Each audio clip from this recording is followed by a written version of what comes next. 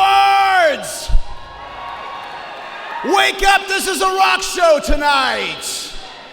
All right, welcome to the 11th Classic Rock Roll of Honor Awards associated with Nikon. I am your host, Chris Jericho. Thank you so much for being here tonight. I'm excited. You guys excited?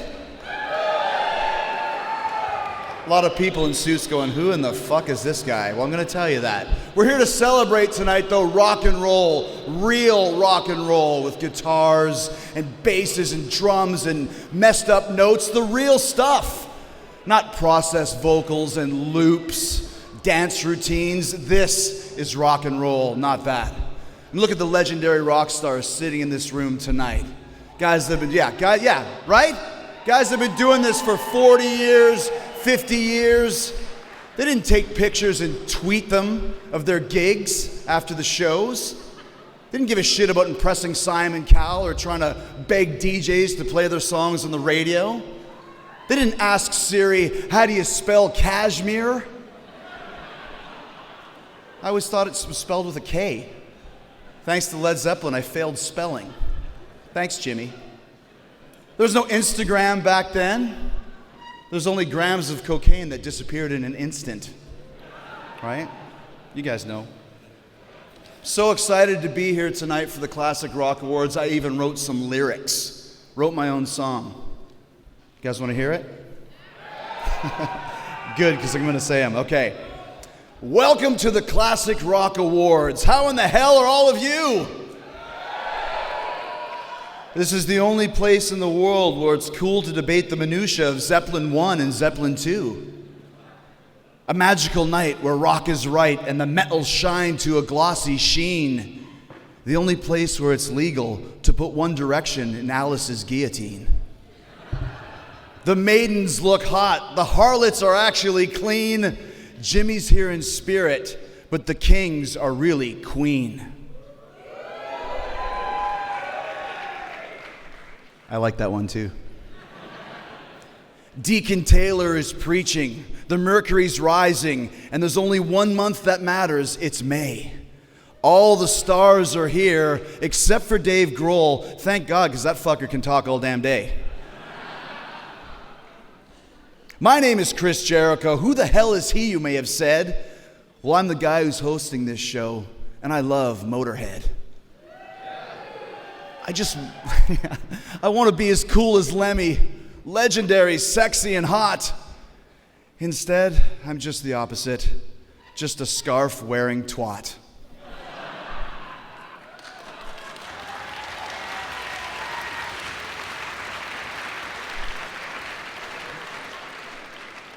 It's okay for me to rhyme twat with hot because I'm from Canada. I know it's twat, but creative license. Before we get started, we gotta give a shout out to some of the actual radio stations back in the USA that are still flying the flag of rock and roll. Classic rock would not exist without the radio and the fans. Every year, fans across the United States vote for their favorite US classic rock radio stations. TeamRock, Classic Rock Magazine, and its U.S. radio partner KMG Networks are proud to present this award in recognition of their commitment to the music and valued partnership with the Classic Rock Roll of Honor. The winners are the Best Classic Rock Station Small Market, Dayton's Rock Station, WTUE, Dayton, Ohio. Anyone from Dayton here? Wow, 2 guys. One of them's got an English accent, really weird. Best Classic Rock Station Medium Market, 100.7 The Bay in Baltimore. And then best, shout out to Baltimore, the home of no bands that I can think of. Best Classic Rock Station Large Market, Southern California's Classic Rock Station, 100.3 The Sound. Let's have a round of applause for the rock and roll stations out there. All right. Pretty fun so far, right? I think I'm better than Sammy Hagar so far. Best New Band, first award, sponsored by the Mascot Label Group. This is voted on by the readers of Classic Rock Magazine. Here to present the award are last year's winners. They used to be the Cadillac 5, but Jimmy quit and Jody got married, and they're now the Cadillac 3. Bring them on up here. Best New Band presentation.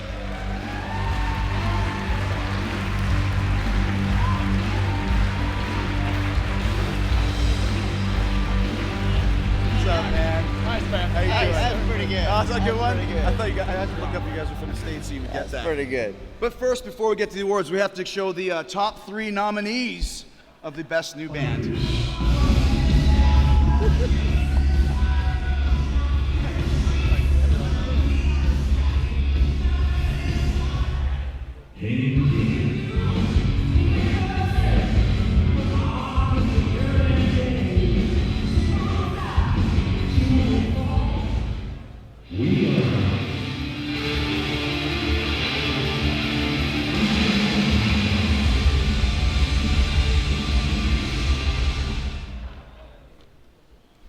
All right, man. Gotta read this shit here. Best new band. We met Jimmy Page earlier.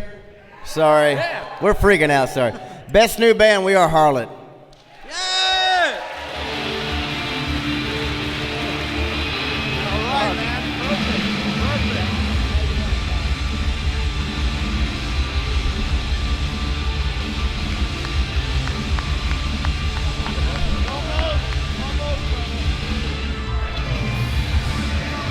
There you go. Let's give it to you. Thank you, brother.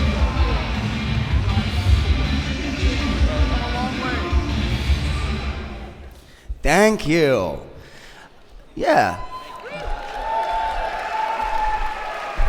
It's a great honor and privilege to be winning this. It's always a great feeling to kind of have the acknowledgement that we've been doing something right with the last year of our lives. And yeah, we're going to keep it going. And hopefully next year win another one and enjoy this fine evening with you wonderful people. We'd just like to thank a few people real quick. We'd like to, of course, thank TeamRock and Classic Rock Magazine. Thank you so much. The greatest rock and roll magazine on the planet. We all know that. We'd like to thank Michelle Kerr, the amazing, incomparable Rick Sales, and Roadrunner Atlantic Records, our record label, for making all of this possible. We'd also like to thank a couple other names: Led Zeppelin, Rush, Motorhead, Alice Cooper, Aerosmith, Van Halen. Those bands, those people are the reason why we started this band and play rock and roll music. Thank you so much.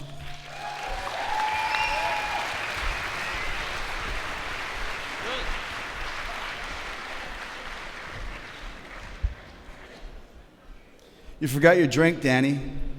Oh, it's empty? Okay, I'll put it over here.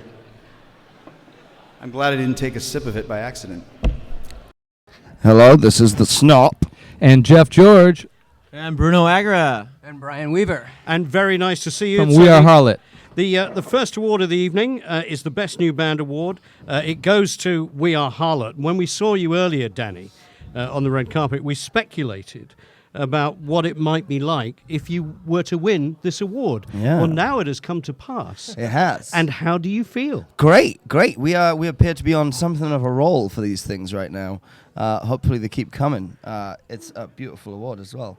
It's going to look nice in our houses. And this is the first time, as we mentioned, that you're here at the Classic Rock Awards. Yeah. Your thoughts so far? Have you been star spotting over dinner?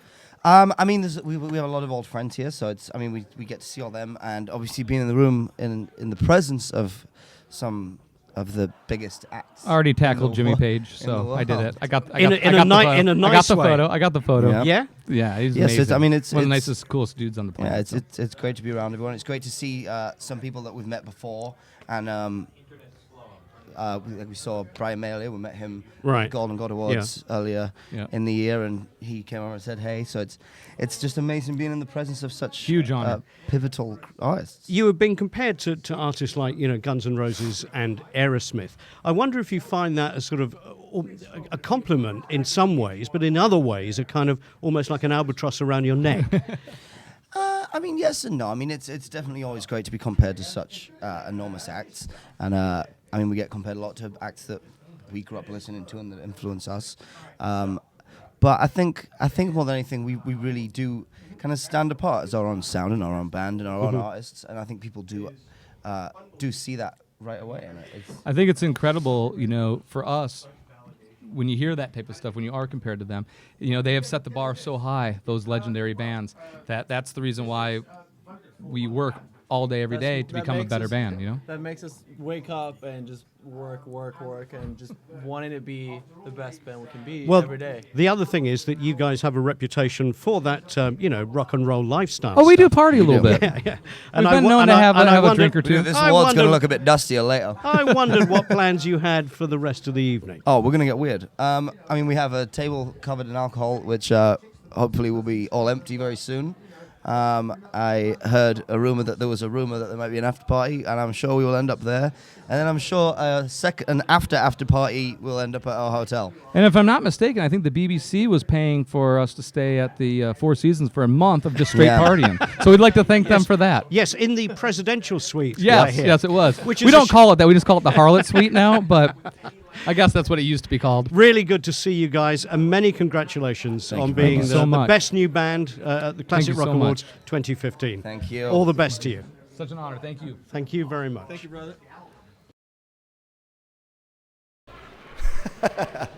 All right, next award is the Album of the Year, as sponsored by the amazing Roadrunner Records. Once again, voted on by the readers of Classic Rock Magazine.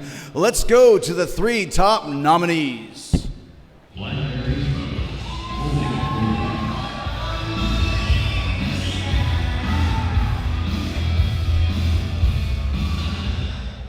I am the Look of Soul.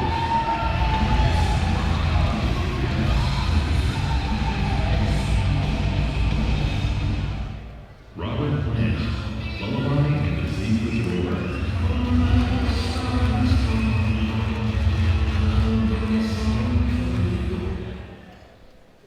All right, the winner is headlining Download on Sunday night next June. They're hosting it too. The album topped the charts in 24 different countries. The winner is Iron Maiden, The Book of Souls.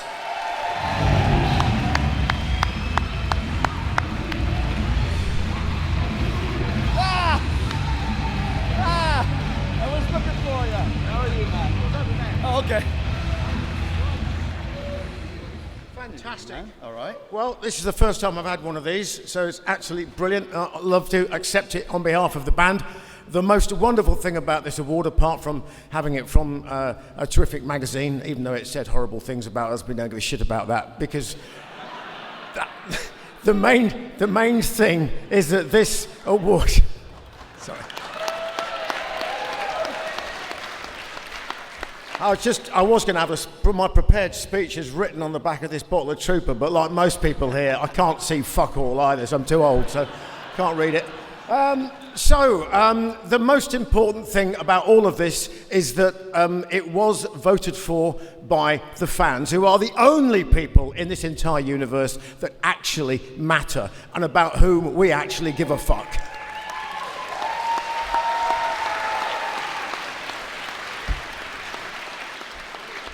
So I know you've got a long evening of drunkenness, revelry, and, as far as you can get up in the morning and all the rest of it, getting on to your advanced classic age. Seeing as I appear to be going up in smoke at the moment, I'll bid you a very good evening, and drink a bit more of this stuff. You will remember nothing, I promise you.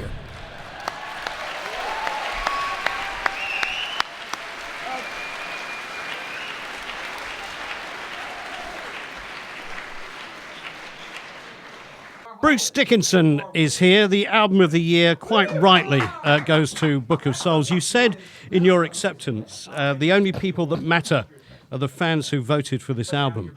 What is it, Bruce, about this band that speaks to rock fans in every corner of the globe? It's kind of like you are the Esperanto of rock.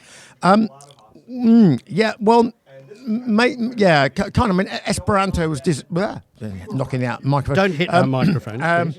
Esperanto was something that was designed to be a kind of a universal language, and was sort of a bit of a bland sort of panacea, a bit of an amalgamation of everything. Actually, I know what you mean, but what really it says, we speak to people on a kind of an authentic level, which is that I think the integrity of what we do makes people stick with us, but not everybody. I mean, what we do is not is not for everybody, and we accept that.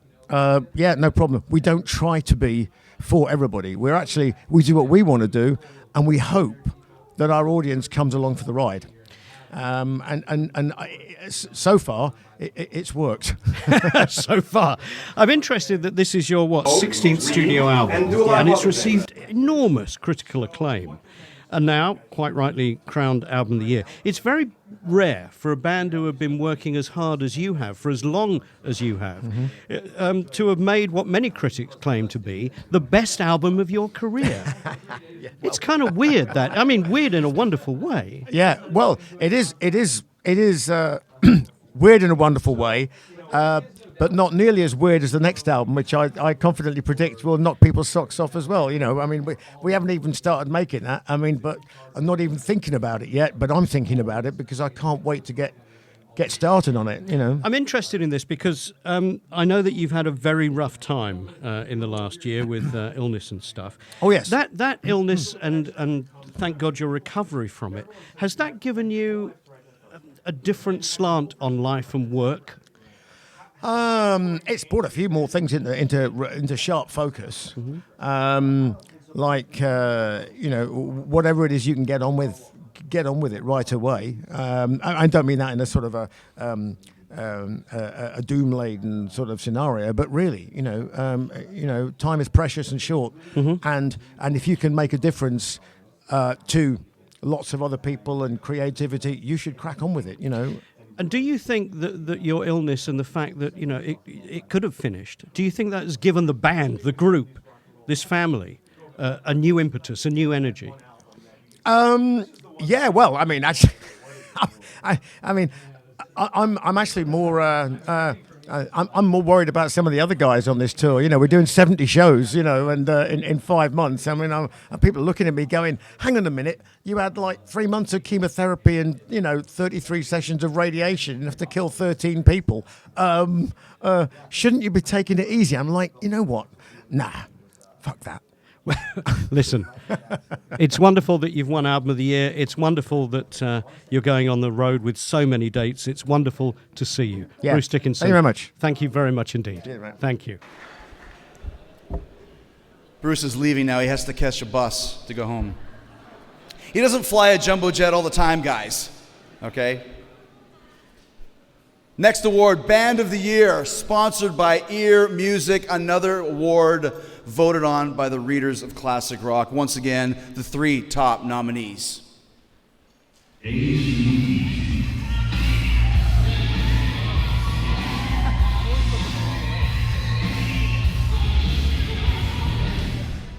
Rush.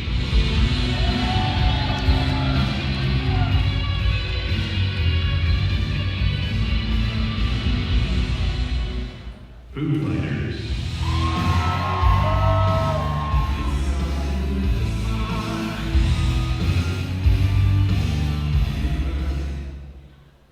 All right, and the Band of the Year, one of the biggest on the planet. I'm talking about AC/DC.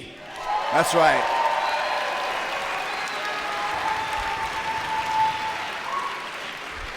Unfortunately, AC/DC is not here tonight, but to collect the award, please welcome to the stage the first editor of Classic Rock Magazine and current editor of Prog Magazine, Mr. Jerry Ewing.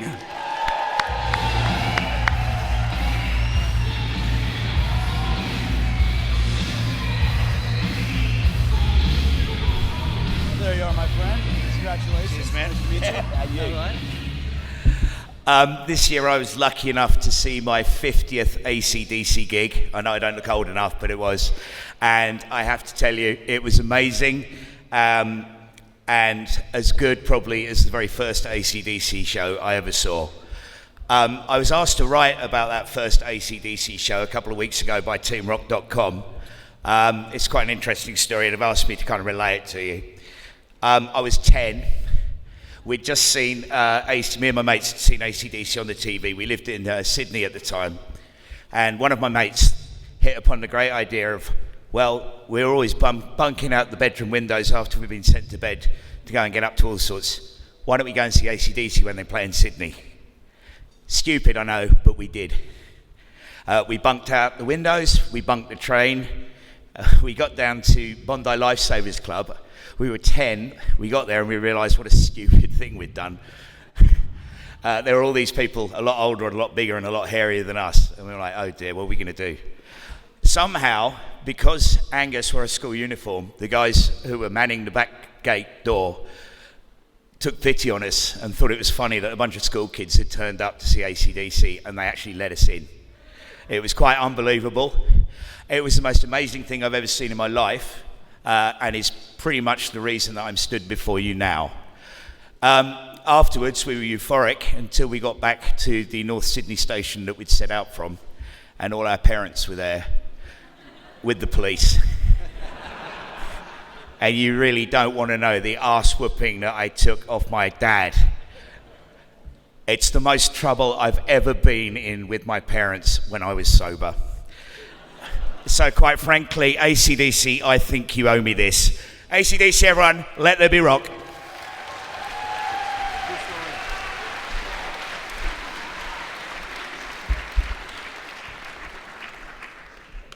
Strange thing is that Jerry is the guy that Phil Rudd threatened to kill.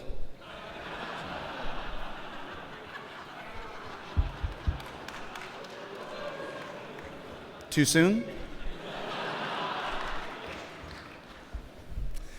Okay. Next up is the reissue of the year, sponsored by Universal, once again voted on by the readers of Classic Rock magazine. All right, let's be honest here, okay? We love Rainbow, we love the Stones, but there's no question what the recipient is going to be tonight. They won by an absolute landslide of reader votes. They were the only true choice. Let's roll the video tribute now.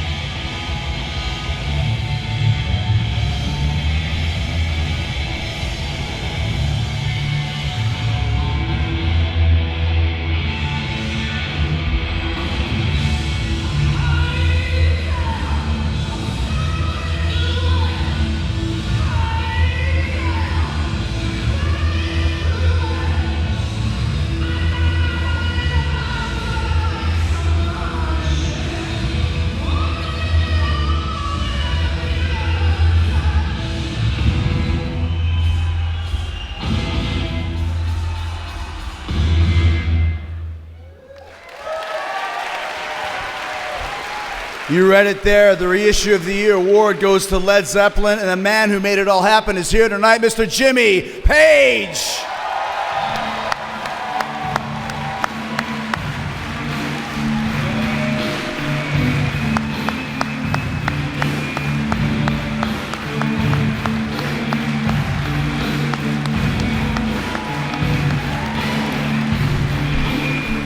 Hello, sir. Thank you so much. There you go, my friend. That's so cool. Thank you.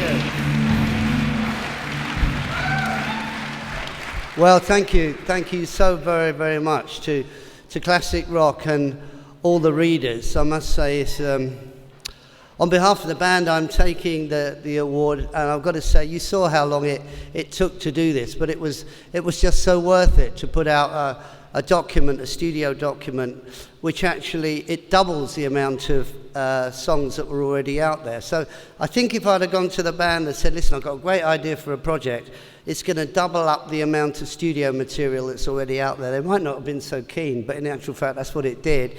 And for the fans, you know, it's just been a real treat to do it for everyone, and thanks a lot. Cheers.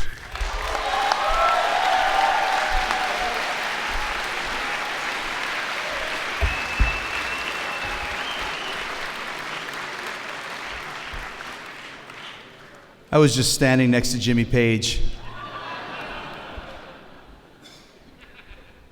Why did Robert Plant cross the road? He didn't, because Led Zeppelin was on the other side. Not good? No, Paul Stanley helped me write that one. I threw it out there. Jimmy Let's Page. have the award and I can sort of attack Okay. Nicky with it. Right. Jimmy, reissue of the year. Yeah. We can't go on meeting like this, you know. I know. 2 years on the trot. How does Well, that you've feel? been really great because you've supported it all the way through, and as each stage of the releases came, of which there were 4 altogether. I mean, you've been there, you know, through with it. So it's been really cool talking to you then, and especially under the circumstances now of getting this as a reader's vote, which is just. And by a landslide. What an endorsement that is. It's cool. When you walked in, you before we started recording, you went, "We've won." I mean, you must have like houses full of awards, and yet this means so much to you. You still get excited about it. That's brilliant. Well, it really means so much because it's a real honest award. It's by the readers, you know, it's by the fans, and well, you can't get any more than that. No. That's exactly what it is, and. Although I was almost going to crack a gag up there because when you look at the category, we've got like 5 albums in there on the re-releases, and we sort of might have cheated a bit by having 5. But nevertheless, the remasters are really, really good, and it's you know, authentic, authoritative. Testament of what Led Zeppelin was about in the studio. So it's cool. I have to ask you something. Is there anything left in the archives? I mean, are we going to see I really more? covered everything, you know, to make sure that the best of everything that was there has gone out. I mean, that was the whole reason for doing it, was to do like a definitive thing that was definitive. Right. So is that it? Is there no more? Well, there's a little jibs and jabs, but nothing to get excited about. Believe me, this is really it. It wasn't. This is why it was done in the whole entirety of the album releases, you know. And this was why for Coda, I did like a double extra discs of it, you know, twice as much as the others, for the simple reason that I wanted to show that this was like it. Now, in the last few occasions when we've met, where we've talked about these reissues, every time we've met, I've asked you towards the end of the interview about Jimmy Page, solo career, and every time you've kind of teased a little. You've just said, well, there might be a new vehicle, there might be something. But quite clearly, I mean, if we were talking like June before last, when the first releases came out, I had all of the releases yet to come. You know, I had another 3 sets of scheduled releases. And I couldn't really start working on any sort of project of my own, if you like. Certainly working with other musicians, because I mean, to work with other musicians, you've got to pay them. So you can't keep going off and doing playbacks over New York and Japan and all of that. No, I had to wait until all this was over. And then, to be honest with you, I thought this was going to be over a little sooner, the release. There was a slight sort of delay on one of the releases, but I thought that I'd more or less be playing by now, you know. Mm-hmm. But certainly next year, that's the intention. And what am I going to do? Well, obviously, it's going to be a vehicle for guitar playing and all the. I'm known for playing all different styles of guitar, and that's what I'm going to do. I'm going to go do that with new material, with material that people know me for. And I just want to do what I enjoy doing as well. It's what people want to hear. So, yeah, I'm ready for that. That is so exciting. Thank you for telling us about that. Yeah. Many congratulations, Jimmy, on this award, reissue of the year. Jimmy Page, it's always a pleasure. Thank you very much, Nicky.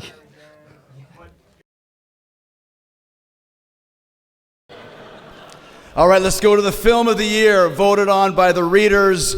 Top 3 nominees. Let's check them out. Joey Bonamassa, Noddy Holder, and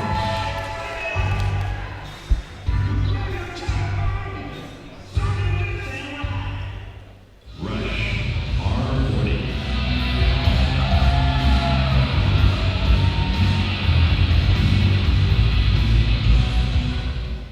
Foo Fighters, Sonic Highway.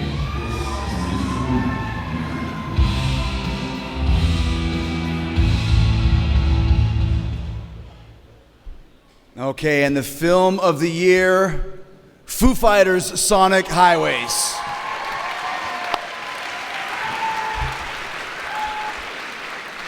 Unfortunately, the Foos couldn't make it, but they have sent us this video.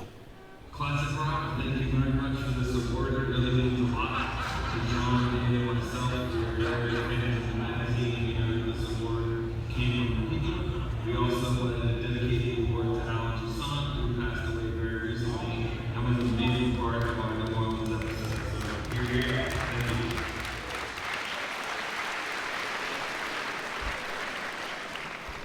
Wow. Dave Grohl sure has let himself go.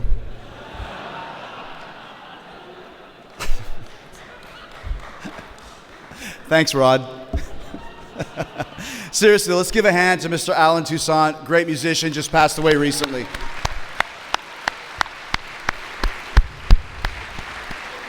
Rock and roll is a very small community, so you always have to stand up for the fallen brothers, absolutely. All right, we're going to talk right now about the comeback, sponsored by Orange Amplification. And here to present this award, please welcome Classic Rock Magazine's very own editor, Sean Llewellyn.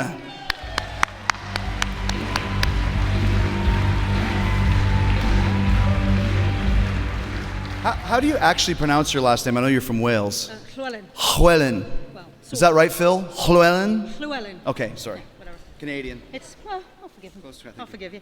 God, it's bright, isn't it? It's fair to say, back in 2003, when the band that's receiving this award tonight came back from an almost 10-year layoff, barring a brief televised reunion on Millennium Eve, few outside of their existing fan base were too excited.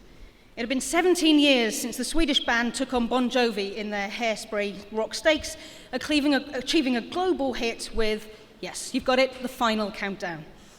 That song has since become entwined in the very fabric of popular rock music, and for most bands that probably would have been enough. But Europe wanted more, for that's who I'm talking about. They needed the world to know of their credentials as a serious hard rock band, weaned on the greats, people in this room, Thin Lizzy, Deep Purple, Led Zeppelin, UFO, Rainbow, Whitesnake, and countless others. The first of comeback albums, Start From the Dark and Secret Society, were credible releases that saw them exploring a more modern sound. But it was by embracing their influences and channeling them into The Last Look at Leiden, nominated amongst classic rock albums of 2009, that the outsiders were drawn in. Since then, they fine-tuned the formula and added their own twist over 2 further albums, the most recent being this year's War of Kings. Slowly but surely, Europe have drawn appreciation from those that considered them one-hit wonders, or, worse still, a band that had outstayed its welcome. In 2009, they dared to perform at the UK's Bloodstock Festival, an extreme metal event at which the wearing of corpse paint and eating of raw babies is probably mandatory, with a mix of new and old material, including, yes, that song, They Stole the Show. This feat was repeated at numerous festivals ever since, including Download and the likes of that. Back in 2003, Joey Tempest in Europe wanted a little respect. In 2005, they've got it. Their comeback is complete. Europe, come back.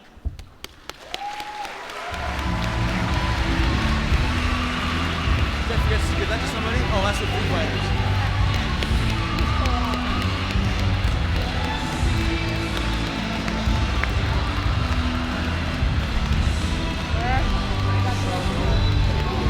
Congratulations, man. Nice to meet you. Congratulations. Whoa. Come on up, guys. Come around. Congratulations. Wow, thank you so much. This is amazing. Oh, as my 8-year-old son Jamie would have said, this is epic, Papa.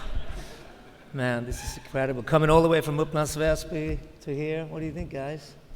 It's amazing. It is. We got to thank UDR, our label, our management, Siren Management, Duff Press, the agency group. I mean, we've been fighting for a while now, but this is really the icing of the cake. Classic Rock and TeamRock, what a night. This is a very special night for us. Thank you very much, everybody. This one.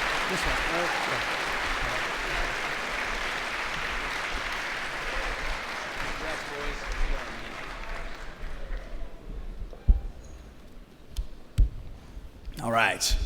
Next award is the Maestro, sponsored by Nikon. This next recipient has come a long way. He started out by selling his records out of the boot of his car. Even more embarrassing, he started out as a drummer. Mickey D's booing me right now. But he redeemed himself and got his credibility back by being a guitar teacher to the likes of Kirk Hammett, Steve Vai, and Harry Styles from One Direction. Sorry, that was from another joke. He's a legendary guitar player, one of the greatest of all time, and a real sweet guy. I just met him tonight, Mr. Joe Satriani.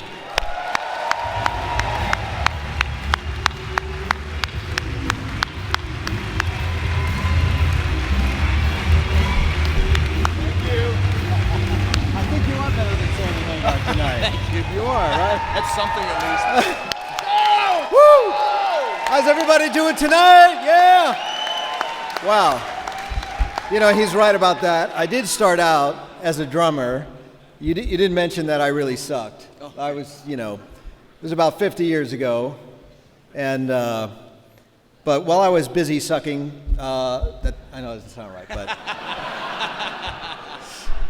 while I was busy sucking, I don't know how else to say that.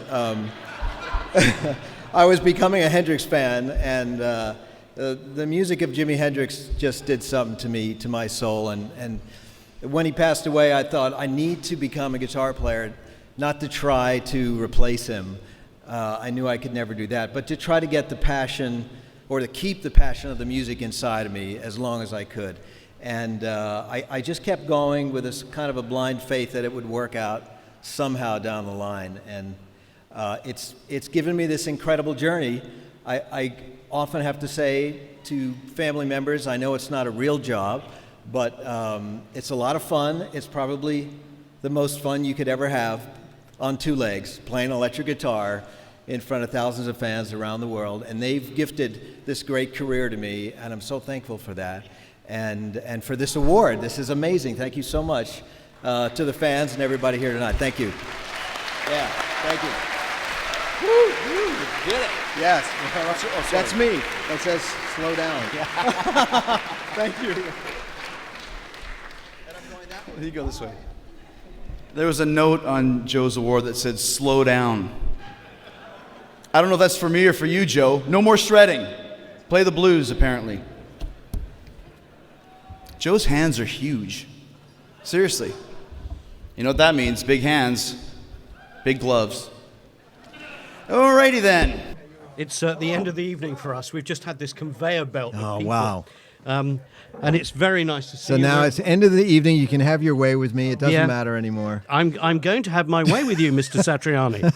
I think, you've just won the Maestro Award, and I think it's only fitting, really, that a classically trained guitarist and teacher wins the Maestro Award. It's my high school music teacher would be laughing right now because I wasn't.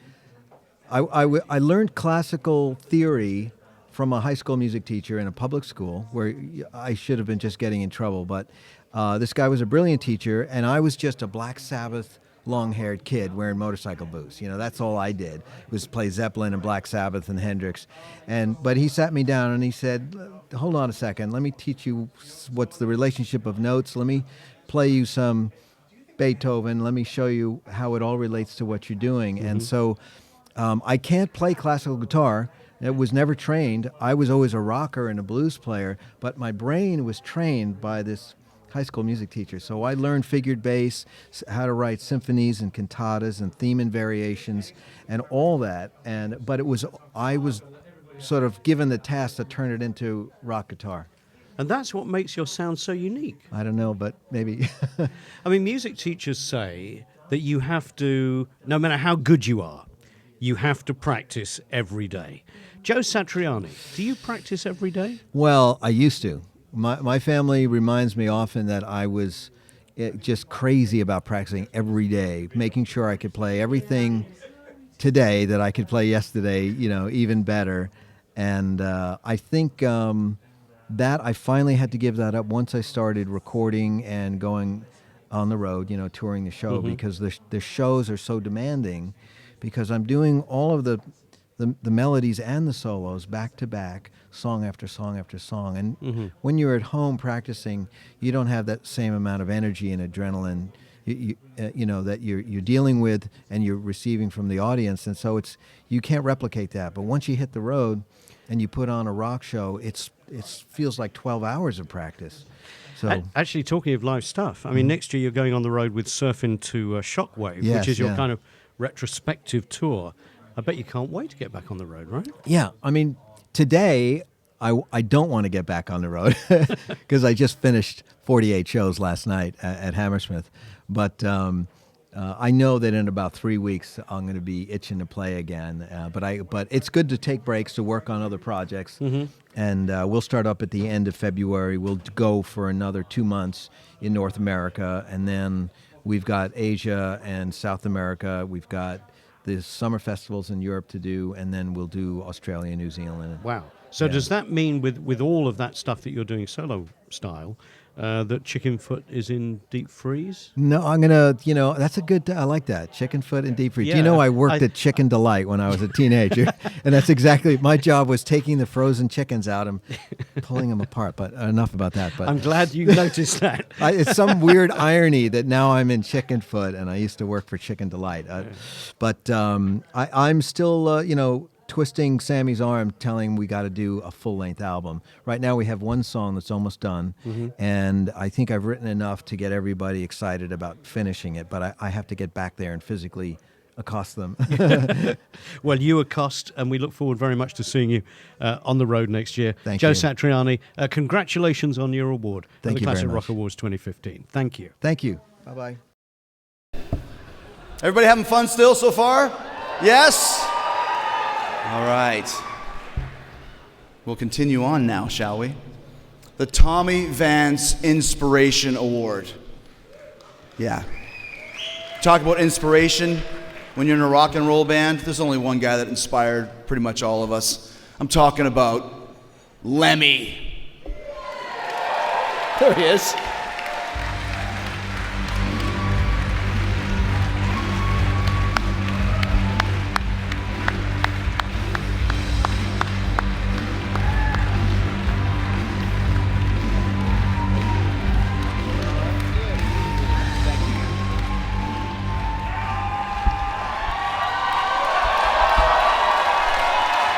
Good evening. I got one of these at home.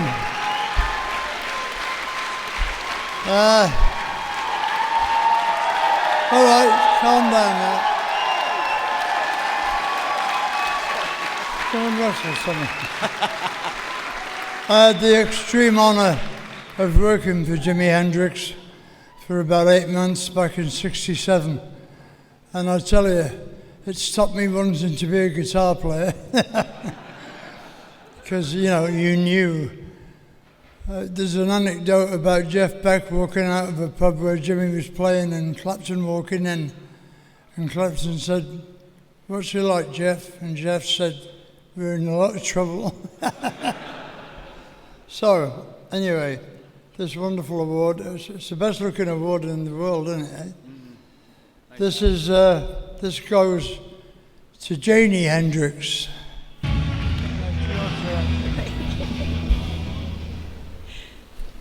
This award's not for me, this is for Jimmy. What an incredible honor to stand here tonight and accept this award on behalf of my brother.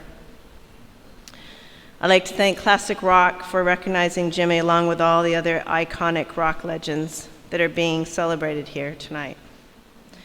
Legends who will never die because rock music will live on forever.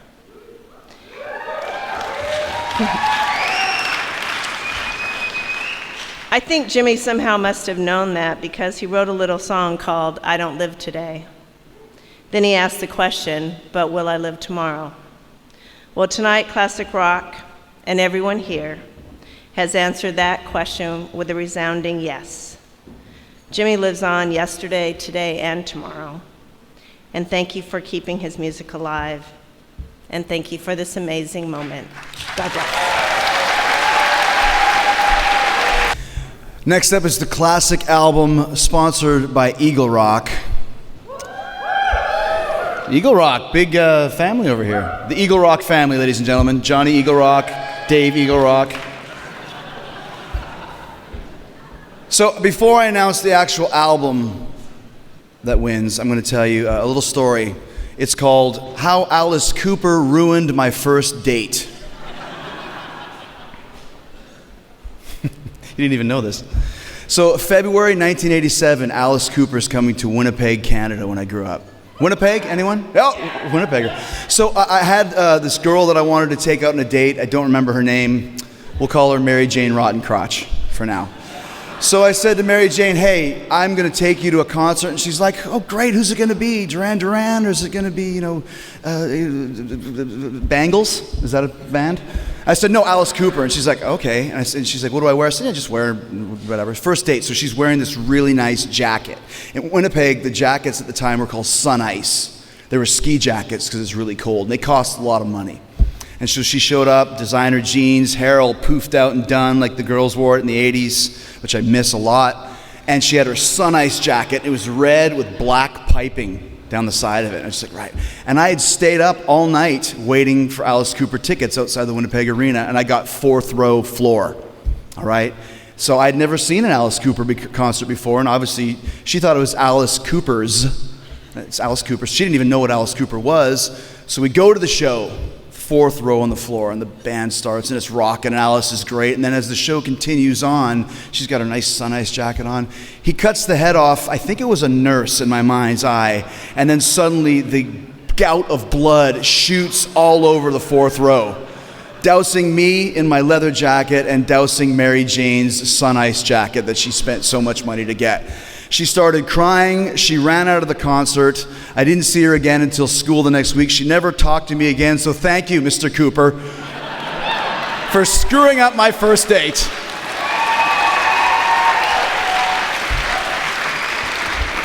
Funny how it works, right? And here I am tonight to honor my former nemesis, Alice Cooper, the 40th anniversary of Welcome to My Nightmare, the winner of the classic album.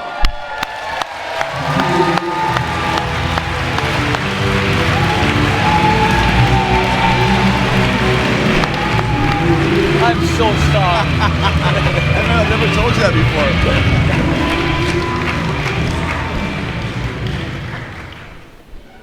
Oh, I'm sorry. That was the girl that was just cut in half there. That's my wife, Cheryl, over there.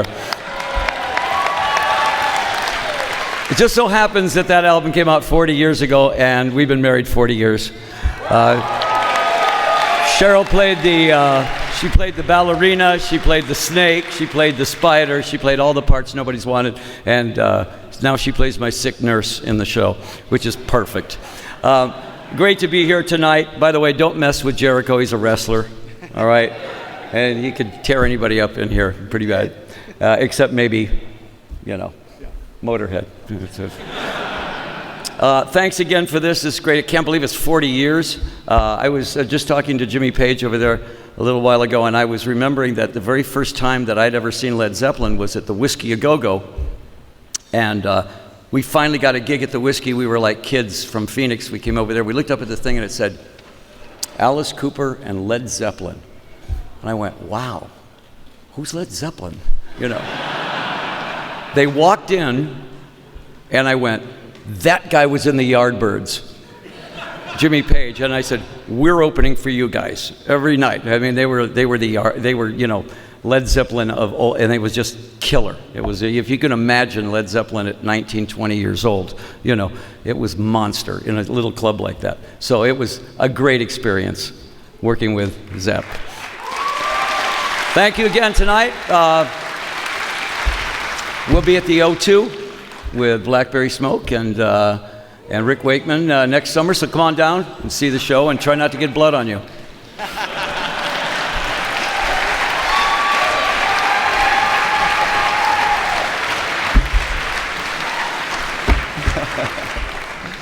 Oh man, it's great. Try not to get blood on you. Something you could have told me in February of 1987, Alice. The Den of Nicky. The Den of Nicky. Mr. Cooper. You look great, man. Well, thank you. Thank you. Botox. Alice Botox is actually, what is it? It's poison. It's bubonic plague or something? I don't know what it is. It's poison. But apparently it's people use it. Well, you look svelte. Well, I don't look that svelte. Well, you look you look more svelte. Well, I've been on the road for 300 days this year, so that'll that'll do it. I have to say, many congratulations on being a winner yet again at the Classic Rock Awards. That's very Welcome nice. to My Nightmare. That was your first album without the band, so I this know. must be particularly pleasing. Well, it was thin ice. I mean, the band and I were still best of friends. We never, when the band broke up, there was never lawsuits. There was never anything. We just did a thing in Dallas 3 weeks ago, right, with the original guys. That's how much friends we still are. But going out on your own, and kind of we put every penny we had into Welcome to My Nightmare. So at the end of it, we all kind of went there. If this doesn't work, we're back doing nothing. So it did work. But Bob Ezrin had a big part of that. Yeah, I mean, he was a very important member of the band. I mean, he was the one that really defined the sound. He was the one that really knew how to draw the stuff out. He had a great ear for what was a hit and what wasn't. When we were doing 18, he would sit there and go, dumb it down. Dumb it down. No, we wanted to be the Yardbirds, we wanted all the guitars in there. And he'd go, dumb it down, dumb it down. And he kept getting it. Finally, it was dum, dum, dum, dum, dum, dum, dum. And it worked. Right. Because the song was saying that I'm 18 and I'm stupid, but I like it. And that was the whole message of the song. But he knew that and we didn't know that. And the important thing is that when you listen to that now, it hasn't aged. It's just got that thing to it. Yeah. And that's because a producer, it's like like George Martin did with the Beatles. He took the best parts and said, this is what is right about it. And that's what worked. Let's talk a little about your current project, because I'm interested in this, Hollywood Vampires. They were obviously born in Hollywood, but they were reborn in London, here in London, in Oxford Street, a 10-minute cab ride from here. Yes. Tell us the story about that. I was doing Dark Shadows with Johnny Depp. He wanted me to do Dwight Fry, Ballad of Dwight Fry, in this movie. And I said, okay, be great. Tim Burton says, that's the song. We got to do that. All right. And then the next night, I said, well, we're going to do the 100 Club tomorrow night because we have night off. Let's just go down there and play. We're all bar bands. We all started in bar bands. And I said, let's get Johnny to play because he can play. So Johnny said, I'll be there. He had an amp with him and a guitar. And that's what told me right then that the guy was a guitar player. But I'd seen him play before. He can play. And he comes down, plugs in, and no matter what anybody yelled out, he knew it. I don't care if they said Brown Sugar, if they said Back in the USSR. It didn't matter what the song was. And all of our songs, knew all of our stuff. Right. So right then, I went, this guy is a rocker. And he says, I would do anything to be in a band. He says, I really want to be in a band. And I said, let's put one together. And that was the start of the Hollywood Vampires. That was the beginning of it. And I told him stories about the real Hollywood Vampires, the drinking club, And I said, these were the days when it was actually a real drinking club and everybody was there every night. And it was total insanity. I mean, you got Nielsen, Moon, Lennon, Mickey Dolenz. I mean, Bernie Taupin. I mean, what a bunch, right? I mean, but Moon. Is it right that Moon? I mean, Moon was really the heart and soul of it, wasn't he? Moon Really? was the court jester. He Right. was, and everybody sat there said, as crazy as he is, he's the best drummer in the world, and everybody knew he was the best drummer in the world. Everybody there sat there said, the best drummer in the world. The craziest human being that anybody has ever met. There was no such thing as something where he would tell the story about Keith Moon and somebody would say, oh, that didn't happen. Everybody would go, oh, no, that was Tuesday. That was a Tuesday for him, He'd come over to the house and stay for a week. Right. And then you'd come back to the house and he's dressed like a French maid, dusting your house. And my wife is going, who is he? She's 18 years old. The thing about the Vampires the fact that you were legless, off your faces, 99% of the time. Yeah. But it was never at anyone else's expense, was it? No. It was, and we had our own drivers. No animals were hurt in the process. And it was, unlike some of the divas now, we didn't try to drive home. We each had our own drivers there, because we knew we were going to be crawling down the stairs, pouring us into the car, and go home, and you wake up the next day, and okay, we're back. It was all thought out. We weren't stupid, Right. The police were out there waiting for us to get in a car and drive away because they knew we were blind drunk, But it was great. It was a great time because at that age, you're indestructible. At that age, you can do that, and you're indestructible. To a lot of those guys, the 27 Club, you know, Jim Morrison and Jimi Hendrix and all the guys we drank with back and then, 27 was the expiration date. Do you often think, or sometimes think, there but for the grace of God? Oh, yeah. I woke up one morning, threw up blood, and I went, that's not good. That looks good on stage, but not in your own bathroom, you know. And my wife said, let's go. And I was in the high 33 years now without a drink. So congratulations. Yeah. Just before we let you go, quickly, Alice, tell us what news of the Hollywood Vampires. I mean, is this going to be a thing? Well, we did Rock in Rio, yeah, and we did, and you did 2 shows in L.A. Yeah. That was fun. And the great thing about the Vampires is that it's not a set band. I mean, Joe Perry and Johnny and I are sort of the trilogy there. But we have Duff McKagan on bass, and we have Matt Sorum on drums. But if they can't make it, we can put people in all the time. You know, I just told Jimmy Page out there, I said, hey, if we're playing somewhere, come on up. You're definitely a vampire. I mean, you're vampire material. He goes, oh, yeah. Wouldn't that be something? Well, yeah, but I mean, he'd be perfect. Yeah. He'd fit right in because all the songs we're doing, you know, are songs that everybody knows. Well, we look forward to that. Alice, it's always a pleasure. Congratulations on your award. Great to see thank you. you. Thank you very much. Good to see you as always. Indeed. Yeah. Great to see you. Thank you. All right. Next up is the VIP, sponsored by PRGXL. This guy doesn't need an introduction. Please welcome to the stage the manager of The Who, the legendary Bill Kerbishley. Hey,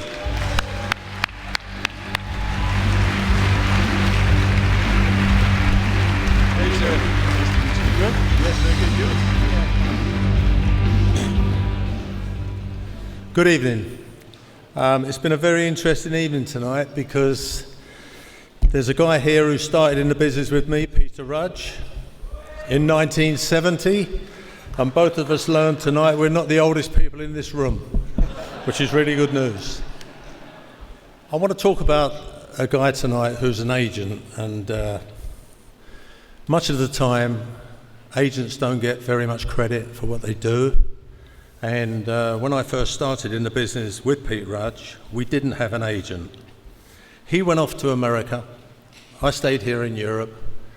And I was the accountant, the tour manager, I did it all. And I was booking The Who and various other bands out. I went to New York, and Pete introduced me to a guy named Frank Barcelona. And I learned so much from that man. And he handled the acts that Peter and I picked up over that few years, but I still carried on doing what I was doing in Europe, acting as manager and agent, because I decided that I wasn't going to sign with an agent unless he could give me what Barcelona gave us in America. 33 years ago, I got involved with Judas Priest.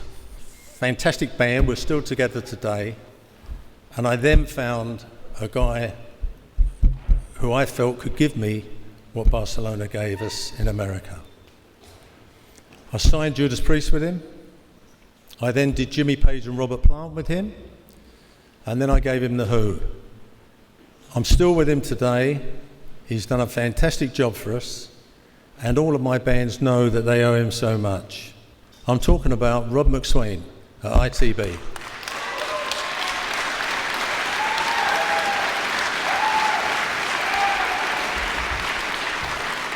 And I think there's a few other people now with a few messages who think very much the same about him as I do. I was going to bring all the photographs from the 70s, but I couldn't do that because he's with his girlfriend. And I don't want to. So here we go. My dear Ron. Rod McSween. Hey! There's nobody better than you in business. I've been with you for 25 years, my whole career. You brought us to England in 77, so it's your fault. I've had the pleasure of knowing you and working together with you for well over 30 years. 36 fucking years! Jesus Christ! Okay, we're here to celebrate giving the VIP Classic Rock Award to Rod Stewart. Wow, Rod McSween. Congratulations! No Nobody deserves it more, and never forget this, Rod. Shorts don't matter. It's what's inside of it counts. And you and I shared a time on the beach together, slapping bitumen up our alleys, while we discussed perforation marks on postage stamps.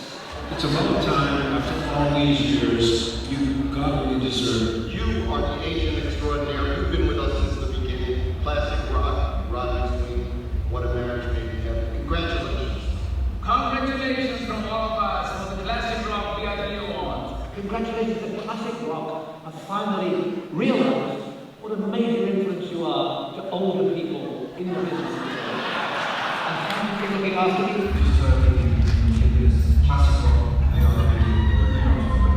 You've been at the top of your game for decades, quite simply because you rule. Been with you so many years, lucky you're the best fucking agent that there is. You're full of love and passion. And I salute you, bro. My Gemini brother. Have a beautiful time. I love you. We love you, dude. Have a good one, man. That was good.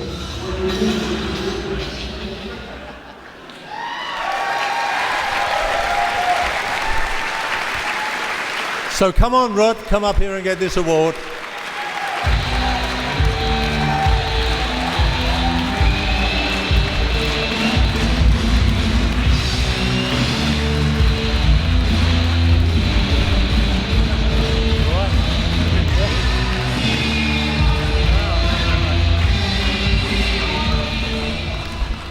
Well, thank you for those kind words, Bill, and thank you to Classic Rock.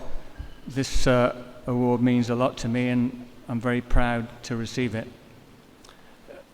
I've had a wonderful time in the music business ever since my days as social secretary at Exeter University. I've built and developed some fantastic relationships with a host of extraordinary artists, promoters, managers, and many other great people along the way. And I guess this award, it testifies to the strength and loyalty of those bonds. But above all, I just love the music.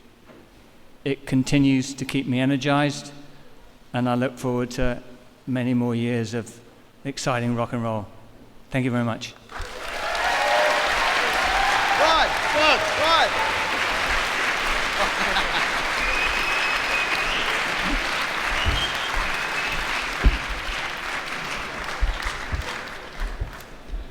How stoned was Lenny Kravitz in that video? My Gemini brother. I wish I had a Gemini brother. Damn it!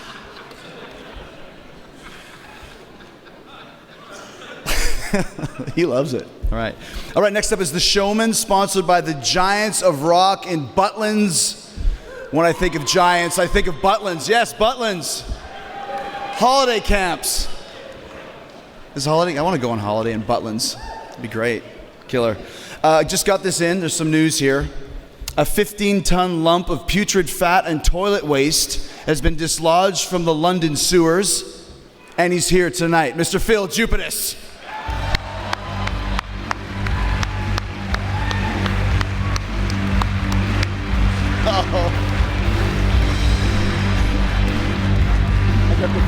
That's nice. How lovely. How lovely. Well, thank you, Christopher. Well, aren't we having a lovely evening here tonight? I worked on a television show called Never Mind the Buzzcocks, which was cancelled this year. So why? Well, no. Why on earth they'd ask me, a man, to come to an event like this, whose best years are now behind him, I can't understand. So seems to not fit in at all. The nominations for Best Calypso B-Side are... Well, okay, I've got to give an award out, written a speech. Well, I've not written a speech, I've written 3 short poems. So that we'll go with a haiku first. You seem like a haiku crowd to me. It's a classic Japanese form, 5 syllables, 7 syllables, 5 syllables. Okay. So this is a haiku about tonight's award winner. A mirrored top hat might just have saved the life of Abraham Lincoln. Good, there we go. That's the haiku. It's a lovely short form there. Moving on to the limerick. A limerick is a short poetry form we're all very familiar with. We've got a lovely rhythm and bounce to it. So I've written a limerick for tonight's showman, which goes like this. A 70s pop star called Holder made Christmas warm and not colder. But I'll say about Noddy that one part of his body is so long to get in, it's a folder.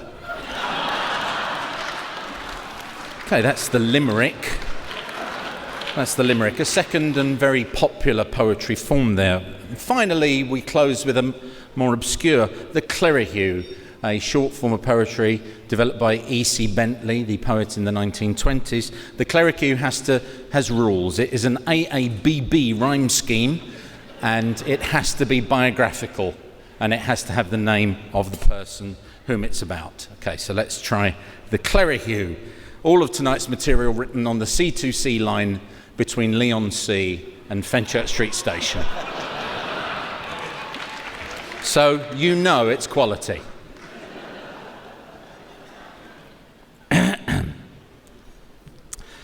Slade singer Noddy Holder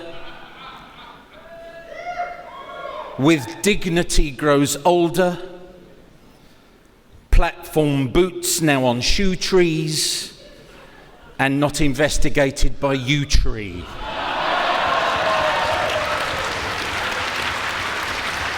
That's the Clerihew. And what a bullet dodge there for anybody from the 70s, to be frank. It's like a scattergun of perversion. I was staying one night at the Langham Hotel by Broadcasting House, and I'd been doing a gig, and I turned up at the Langham, and I walk into the lobby, and there, in a fucking amazing tartan 3-piece suit, is Holder. And I go, Nod, you're right, mate. All right, Phil, how's it going, mate? You're right. And I went, what are you doing? He goes, I've been doing a gig down the road. I've been doing a gig. I went, do you fancy a beer? He went, I can't, mate, I can't. I'd love to, Phil, I'd love to, but I've got an early train in the morning. And I'm like, oh, never mind, mate, good to see you, it's all right. And so I went to bed, went to my room. 5 minutes later, the phone. Hello? Phil, it's Noddy, I'm in the bar. So, it's the level of fucking commitment that he had to his train. And 2 hours, and he was so massively indiscreet about fucking dozens of people in this room. I don't know how you can sit there. I mean, literally, I don't know how you can sit there. The Showman, sponsored by Giants of Rock, open brackets, Butlins, close brackets. I wish they'd told me before, I'd have worn a fucking red jacket. Ladies and gentlemen, one of the loveliest men I've ever met doing this fucking mental job, Noddy Holder.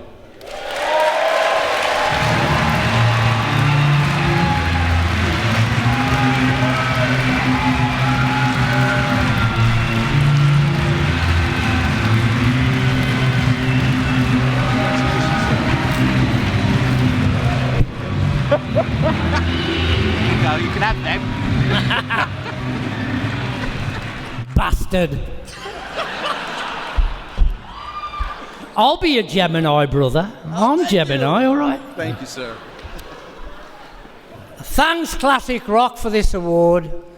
Fantastic. I'm loving it.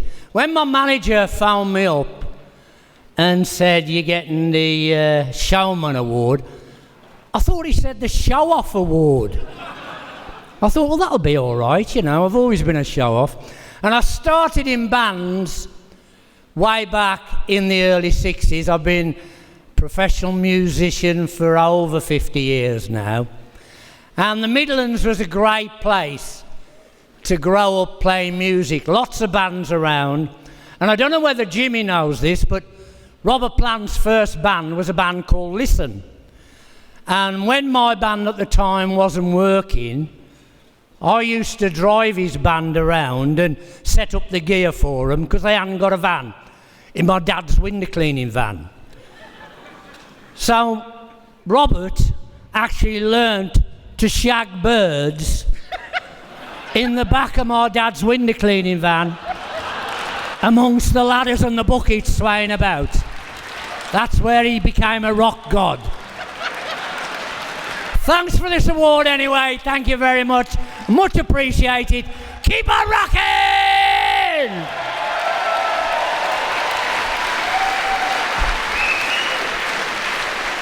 Your poems. Oh, let me poems.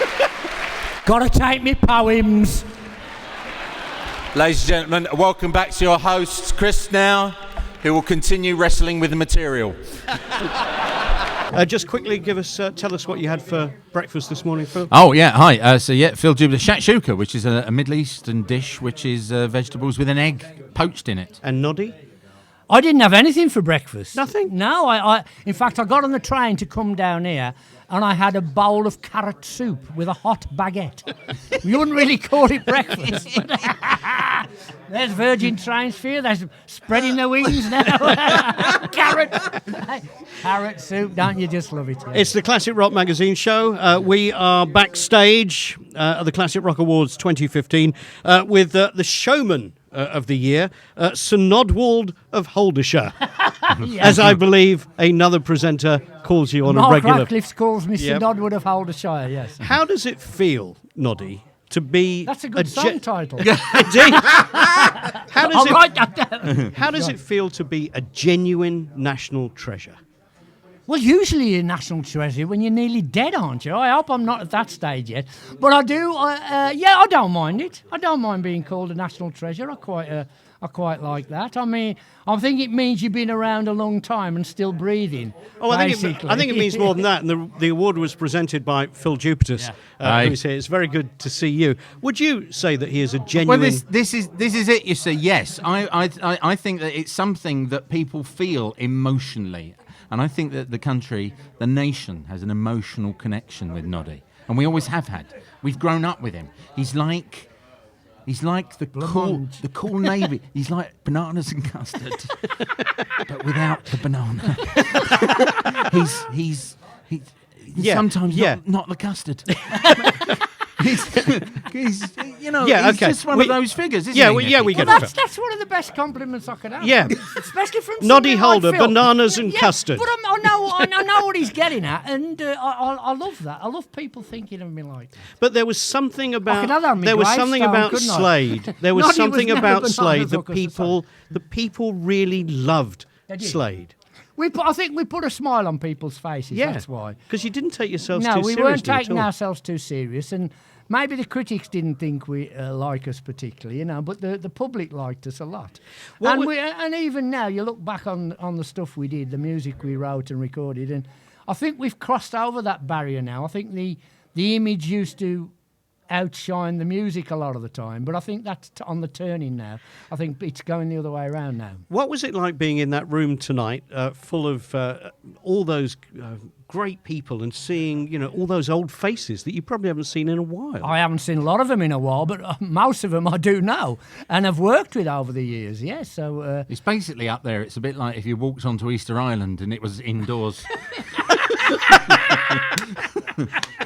There was some age up there. My Lord. Yes. Some age. Some weathering. Yeah. Some weathering. Yeah. Some patina. One of the things that I wanted to ask you is, obviously it's coming up to Christmas. Yes. It must be one of your favourite times of the year. Yes, it is. Yeah. It's time for the pension plan. Yes, absolutely.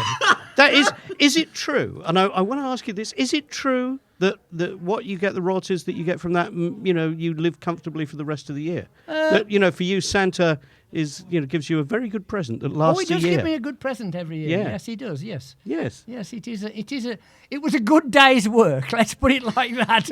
It was a good day's work when we wrote and recorded that record. Yeah. The Hanukkah one didn't do so well. Well, that was the B-side, wasn't it? Yeah. It's great to see you, Noddy.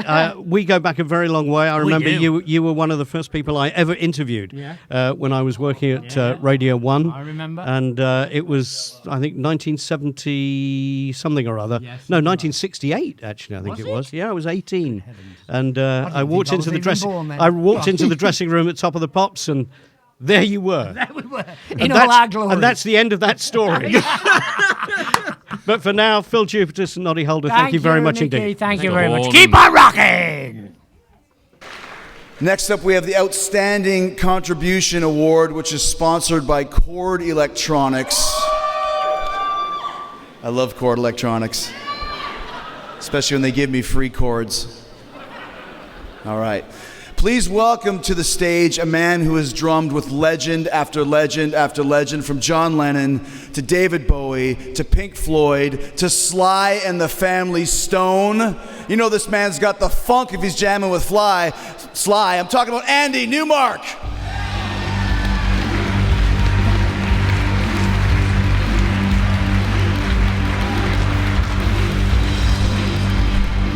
Got it. All right. Got it. It's for you, man. I'm glad you mentioned Sly and the Family Stone, because I wouldn't be here or have had the career that I've had were it not for that band. So thank you.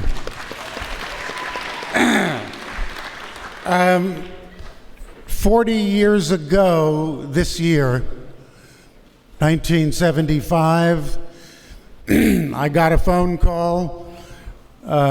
Someone introduced himself on the phone to me as Nils Lofgren, and I thought, oh, I've heard of him.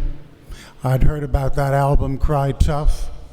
And he said, hi, Andy, I'm Nils. You don't know me, but I was just digging you and Willie Weeks playing on Ronnie Wood's solo album. And he said, man, that's some nasty shit. He says, I want to get some of that. Can we hook up? I said, sure, man. So he flew up from Maryland to New York City, where I lived. We went into a studio, and we played and got on great, and it was all grooving and happening, and we made a record right then and there. It just all happened, and the vibe was happening so quickly, and there was no producer on hand. So Nils just said to A&M Records, look, I don't have a producer, but I'm in the studio with Andy, and this shit is happening. Can we just go on and produce it and just finish it? They said, yeah, go ahead, do it. So we produced a record. I'm not a record producer, I'm just a drummer. But anyhow, we caught a vibe, the spirit entered the room, and we got some smoking tracks, and I'm proud of it. Okay, so I have been really tight with Nils Lofgren for 40 years now. He is one of the most caring, compassionate, gentle, kind, considerate, articulate human beings I've ever met. He is a beautiful cat, and we are much more than just musical acquaintances.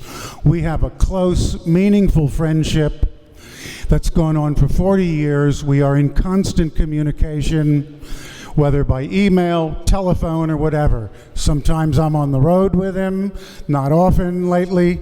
Sometimes we make records. That doesn't happen too often either lately. But we are in constant communication and caring about each other. And he is one of the people in a very small circle of close friends in my life.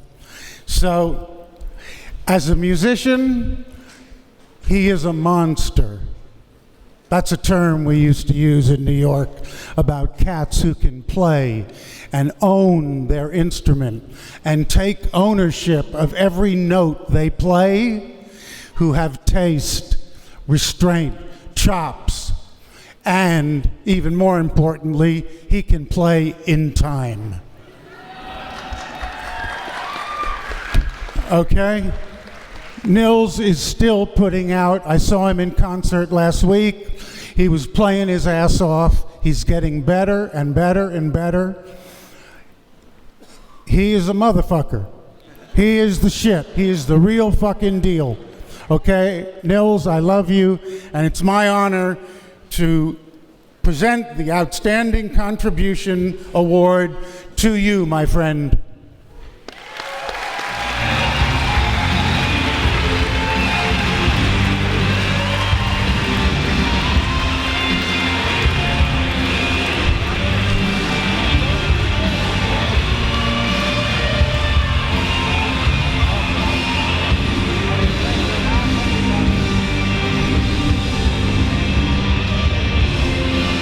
Wow, Andy Newmark, everybody. Man, if I had to give this award tonight, you know, the first guy I'd think of over here, especially in England, is my beautiful brother in arms, Andy Newmark. Couldn't find a finer friend or musician. He's more than a drummer. He's sent me many songs he's written and recorded himself. And anyway, honored to have you here, Andy. Thank you. Gotta thank Classic Rock. Brilliant honor. I'm very grateful. And before I get too long-winded, which I'm bound to do, because England has a very, very special, heavy meaning for me. I'll explain in a minute. Shout out to my lovely wife, Amy. Gorgeous Amy, the best person I know. And taking care of me for 20 years. And one of our first dates, I started asking Amy about music. And out of the blue, she recited the entire lyric to the classic In Your Eyes by Peter Gabriel to me, so I knew I had a spirit that could understand the madness of what I do on occasion. Thanks, Amy. And it's great here tonight, too, to have our niece, Sydney Corvelli, our tour manager, David Walker Collins. I gotta say, I played a gig last night, and I got a gig tomorrow night. And after 47 years on the road, that I can come to England and anyone wants to hear me sing anything, I'm very grateful. So that's been a beautiful thing. Of course, I started when I was 5 years old. I asked Mom and Dad for accordion lessons on the south side of Chicago. They didn't know it was going to be 10 years of it. But they've been all so supportive my whole life. My brothers, Tommy, Mike, and Mark. Tommy's done hundreds of shows in the UK with me. But at an early age, I discovered from classical accordion, it was really the Beatles and the Stones, what we called in America the British invasion. And you know, most of you grew up here, so you've heard this story, but I can't tell you the power and just the compassion and energy and security and rescue I felt. And through the Beatles and Stones, I discovered Stax Volt, Motown, you know, everything, Muddy Waters, Howlin' Wolf, Little Richard, Ray Charles. I discovered through the English musicians. And before I knew it, I was 17. I was on the road with my band Grin, my great bandmates Bob Gordon, Bob Berberick, and my brother Tommy. Anyway, when I was 16, I went to see The Who in 1967. And after they were done, my mind was blown. We rushed across town to the Ambassador Theater. Pete Townsend came over too, and we saw the Jimi Hendrix Experience. And that night, I was just so blown away by rock and roll and what those two bands did. I was possessed with the notion I needed to be a rock musician, so I carried on. And before I knew it, you know, the great super guitar players, Albert King, B.B. King, you know, Jeff Beck, Jimi Hendrix, Roy Buchanan, who played the Redneck Bars where I grew up in Maryland and befriended me and tried to show me how to play those bell-like harmonics. And, you know, of course, you got the great, you know, rhythm thematic players, Pete Townsend, Keith Richards, George Harrison, Jimmy Page, you know, all those great, great players that stamped me and gave me a soup to pull from. Anyway, so we're on the road, 19 years old. I was 18, actually, and all of a sudden I get this call. I was living in Topanga Canyon, and Neil Young and David Briggs say, look, Nils, we're making an album after the Gold Rush. Need you to sing a little bit, play some guitar, and play piano. And I said, well, I'm not a piano player. And they said, yeah, but you played that damn accordion for 10 years.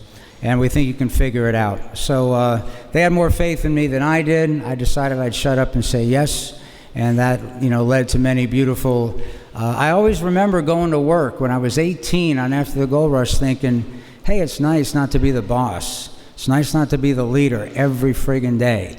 And there's so many non-musical issues you have to deal with that go away when you're in a great band. Anyway, led to many great bands. Jimi Hendrix, the greatest. I saw Jimmy, he blew my mind. A couple years later, I saw him at Baltimore Civic Center.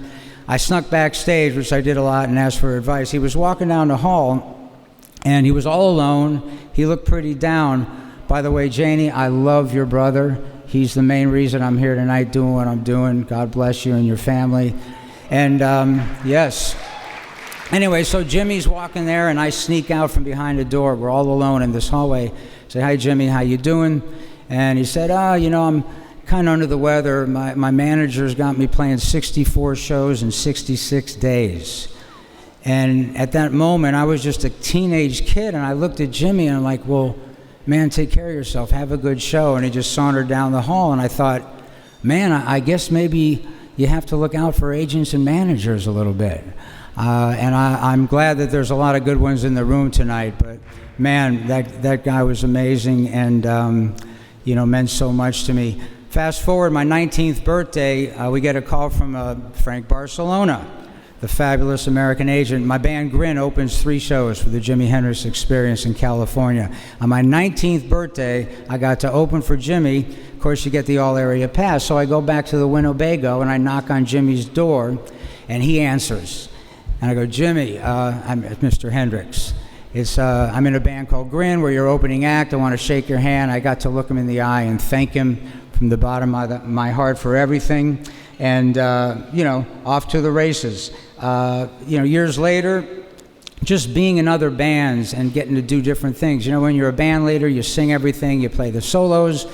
Years later, just finding different instruments to play and not have, singing harmonies, playing pedal steel, lap steel, bottleneck, rhythm.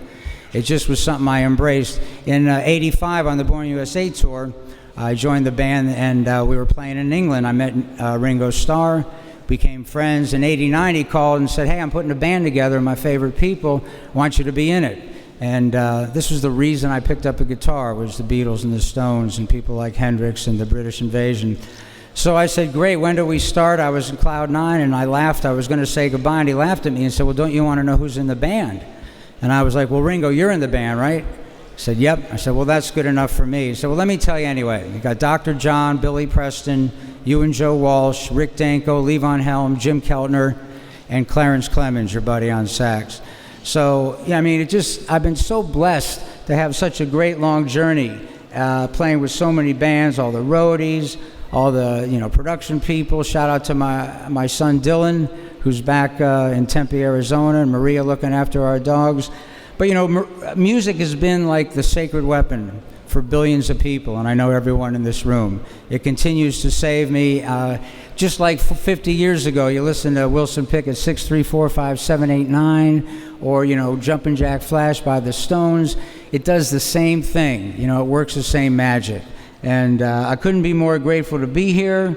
And, it's burning bright. It'll keep doing it. God bless everyone here tonight, and thank you so much for this spectacular award. God bless you all, and keep on rocking. Thanks, Chris. Don't forget this, man. Oh, you look good in your bathroom. Cheers. Wow. All right. Nils Lofgren. Man of few words.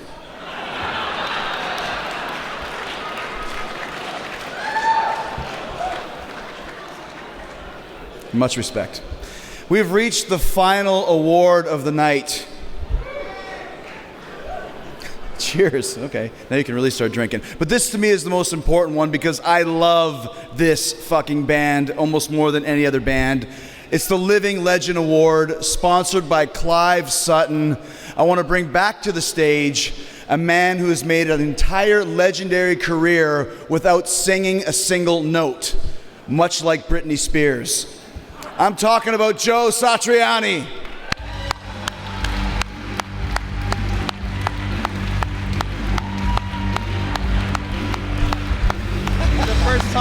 ever been compared with Britney. Thank you. Last time. I'm up there with Britney. This is great. Thank you. This band, for me, and I think for so many people in the world, has provided more what the fuck moments ever when people got home and they put on that record and they heard the first couple of notes and they went, what the fuck is that? How are they doing that? Why is this music so big, so beautiful, so powerful? And you can understand if it's one record, but then the next record comes out and you go, what the fuck is that? And if you're a musician, it's truly frightening because you really don't know what's going on. The musicianship is stellar. The songs are so fresh, so visionary, but they're not foreign.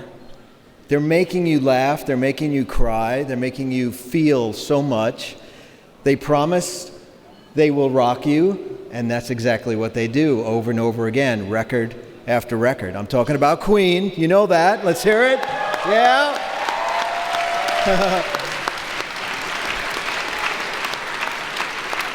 Living legends for sure. Queen, what an amazing band, what astounding music that has been the soundtrack and the fabric of my life and of millions of people all around the planet, probably a couple of billion. And I got the pleasure of getting to know the guitar player, who is like a Buddha of a person, an amazing guitar player, a crazy guitar player too. And if I have a second, I want to tell you just a funny story that I was reminded about outside a while ago. Working with Brian, Mr. Brian May, Dr. Brian May. Back in '91, my friend Steve Vai and myself were so happy to be working with Brian for a concert, and after a couple of days of rehearsal, just like a couple of Queen nerds, we just went up and said, Brian, please can we try your guitar? You know, the guitar, right? And of course we're expecting to sound exactly like Brian. And we both tried it, and I sounded just like me, and I was very disappointed. And I was hoping Steve would somehow unlock the secret, and he sounded just like Steve. And so we had to give it back to Brian. It was like, well, you do it. Let's see what's going on. And of course, he sounded like angels coming down from heaven. But it was still, you know, tearing the skin off of your face somehow. I've never figured out, Brian, how you do that. It's so beautiful. And so with great pleasure, and it is such a sincere honor. Oh, please give it up. 2015 Living Legends Award for Queen. Please welcome Dr. Brian May to the stage.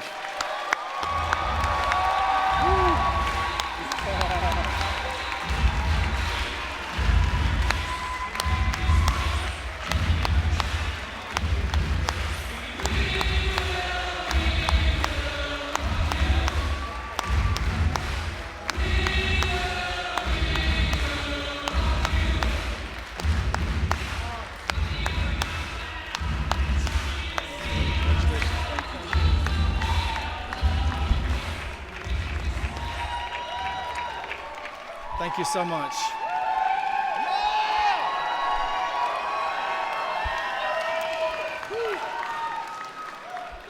Thank you for that. Much appreciated. Thank you for standing and stuff. Thank you for Joe for such a beautiful speech. I'm really awestruck. Joe's been a wonderful friend to me for a very long time, and he's an awesome musician. And the fact that he's presented this award means a great deal to me. Thank you, Joe.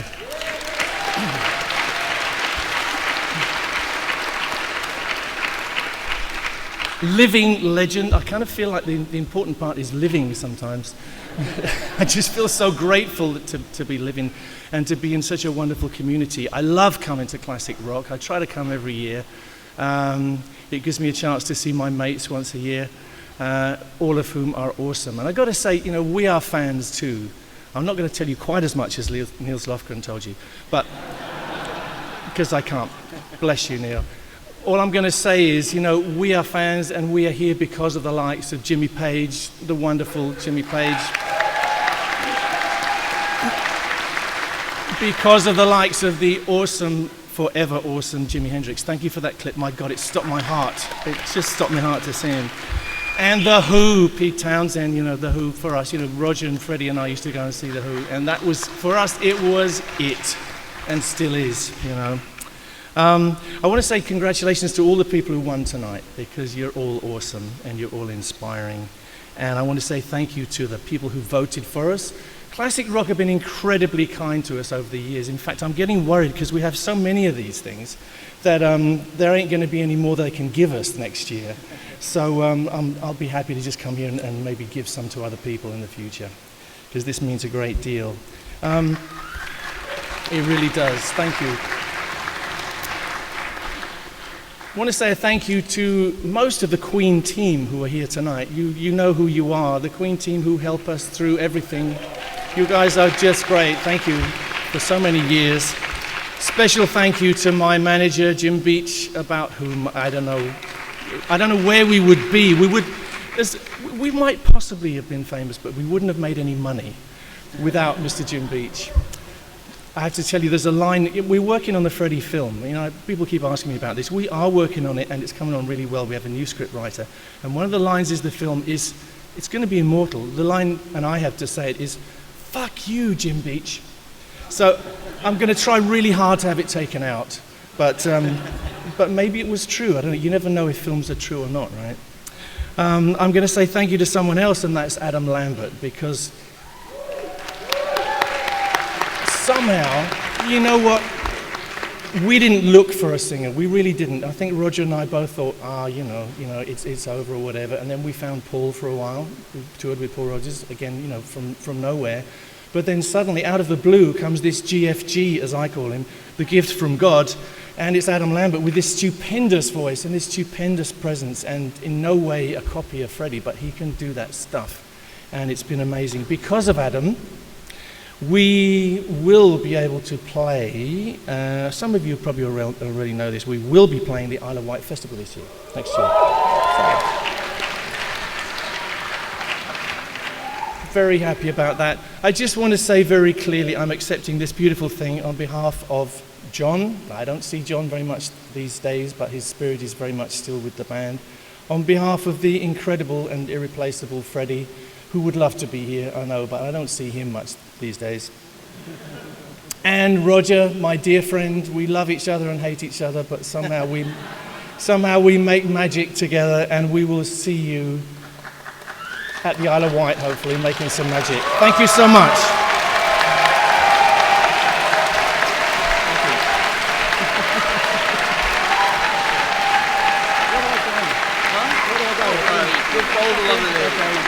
Thanks again.